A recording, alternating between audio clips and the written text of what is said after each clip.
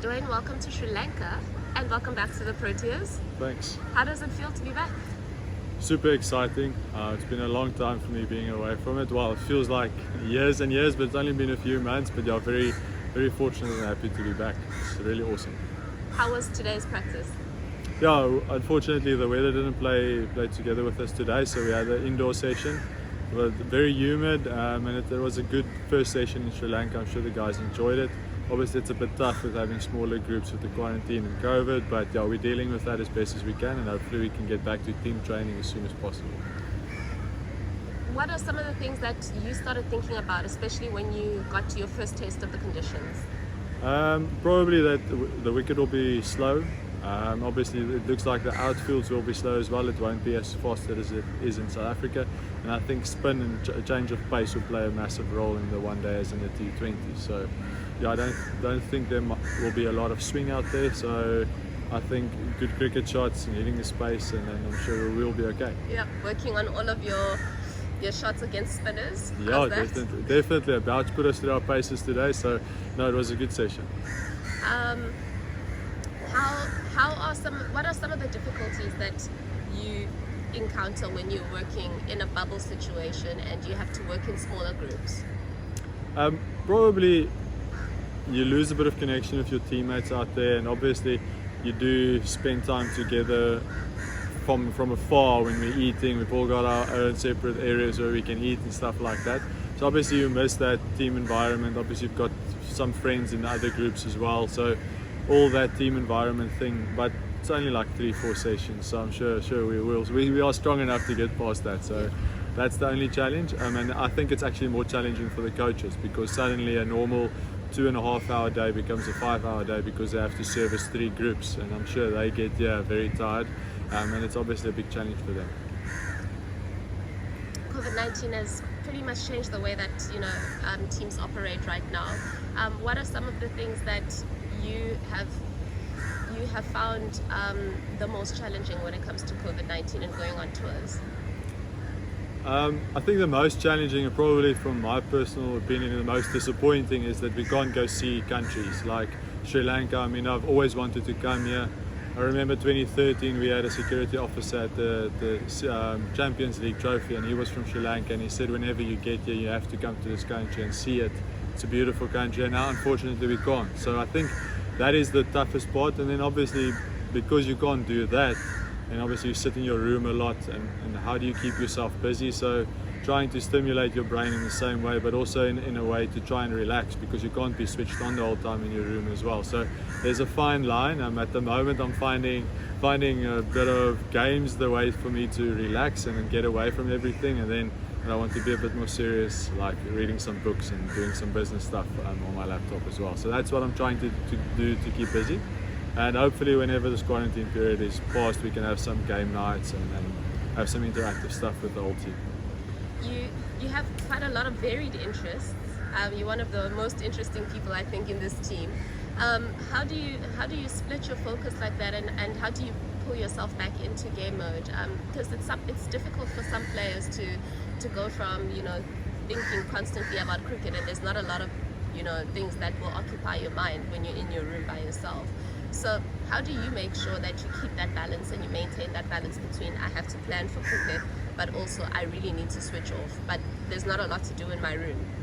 Yeah, look, obviously, like I said, one of the ways, if I'm really not in the mood to be thinking too much and just a bit of a zombie in my room, instead of watching a movie, I like playing Call of Duty and Warzone with the guys, and that's also a bit of a social element. You've got some banter going, so that's quite fun. But obviously I think what's nice about it is there's always a door you have to go through and a lift you have to go down. So my switch on period is as soon as I go through my room door and I close that door, I now know it's cricket time, and that is the one thing. So when I get in there as well now, I don't want to be thinking too much about cricket, obviously, because you're alone so much and you've got so much time with your own thoughts. You need to make sure that the other thoughts that you keep yourself busy with is completely different from the cricket, because when you get out there from your room and you only go to cricket practice, then I don't want my mind to be tired. I want it to be fresh. I want it to be to be excited to be on that pitch. I don't want to be thinking cricket in my room too much.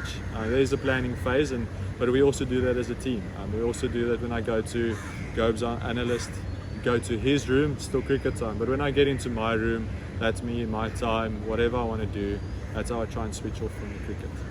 And bubble life is obviously difficult for you, particularly as a husband and a father.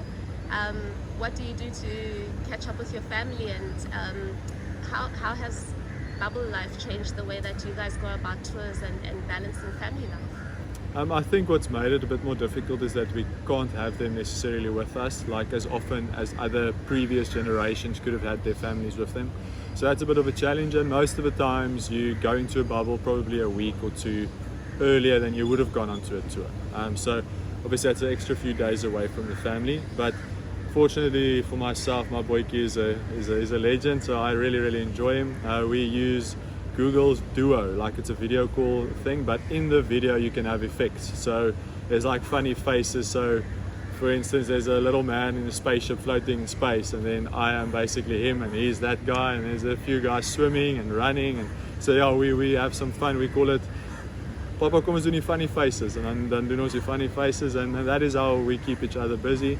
So when before 2019, they joined me in the hotel at the Western before the World Cup, and the Western gave him like a little rhino. Now he puts that every time in my bag, and that's the way I chat to him through Rhino, or we call him Western. I chat to him through that little rhino as well, and that's the only way really, because when I'm away he doesn't necessarily want to speak to me because he starts missing me too much. So I chat to him through the rhino, and he's bought me, he was actually at McDonald's the other day, he got this little Flash soft toy, and he also put that in my bag now. So that's the way I chat to him and play with him through the phone. Otherwise I don't get his attention. He doesn't necessarily want to chat to me because he sees I'm far, and whenever he looks at me, like, yeah, but that's how we deal with it. And obviously I've got a very amazing wife that supports me a lot, and she helps him with everything that he needs, and when I'm here I know he's in good hands. Fantastic. And just back into cricket mode, obviously Sri Lanka, a very formidable team when they're at home. How do you go about your planning for a team like that? Do you plan for the players that you're going to be playing against, or do you plan against the environment itself, which would be the weather, which would be the wicket, and everything else that comes with it, with traveling away from home? Yeah, so from my personal point, I don't worry about the weather too much. That's unfortunately something we can't control. Even today, outfield's quite wet. We couldn't have a proper net session. We had to go indoors. So don't try and let that bother me too much, but obviously prepare for the conditions. We were very fortunate preparing at Poch, which is my new home ground, and obviously that was a lot like Sri Lanka. Well, we think it would be that way, quite slow, turning wickets, so we try to prepare as best as we can for that. And then obviously players, they're also quite inexperienced team at the moment, a few new players in there, so you definitely have to do your video analysis and make sure that you know and understand what their options will be in different conditions. And obviously their outfields here are normally quite big, so it might not be a Wanderers or a Super Sport Park that's a bit smaller and the ball comes on, so your areas that you might be looking to score might differ. You might, instead of trying to go for 6, you might hit it on the ground hard, hit space, and then only really at the back end try and capitalize. So yeah, it's a bit of a change in terms of game plans, and obviously probably 200 here obviously wins you the match, but that doesn't get scored that much. So probably 150, 160 scores is what we're going to target when we get there, depending on the conditions again, but yeah, that's what we planned for. And finally, you mentioned that the outfields are obviously quite large, and there's going to be a lot of running that's going to be involved in these games. You're one of the fittest people I've ever met. How big an impact is the fitness of a player going to be, particularly when a lot of people have struggled quite a bit, especially when they got here, with the humidity and all of that. How important is fitness? Yeah, I think the fitness part is super important, but the whole squad is super fit. I mean, we've all passed our fitness tests, and I mean, Tumi has put us through our paces, and coaches set some stringent protocols that we need to follow, and certain times we need to beat. So here as a squad, I think we're very fit, and I think we've got that covered. Coming from South Africa to here, and especially we're going to play at sea level, so that obviously helps us a bit more. We're used to a bit higher. in South Africa, but one of the things that we don't have there is the humidity. So hydration will become very important. So obviously, combined with the fitness level we already have, we need to make sure that we're hydrated, and we need to make sure that's taken care of. In South Africa, 1 bottle of water in a training session would be okay. Today, I think most guys were through 4. So it's important to keep yourself hydrated. Otherwise, that's where you're going to find yourself lacking. Not necessarily in the fitness part, but more the hydration. So final question. Your ambitions for this tour, what are they? Well, my ambitions is obviously to try and contribute to the team as much as possible. And even if I don't play, or I play as many matches as possible, for us to win this series. That is for me the main goal. And if I can have a small part in that would be awesome. But obviously, if I play, I want to be performing and hopefully put up a few man of the match performances. That's always something that I want to be doing for the team. But as long as we win it, I'll be happy.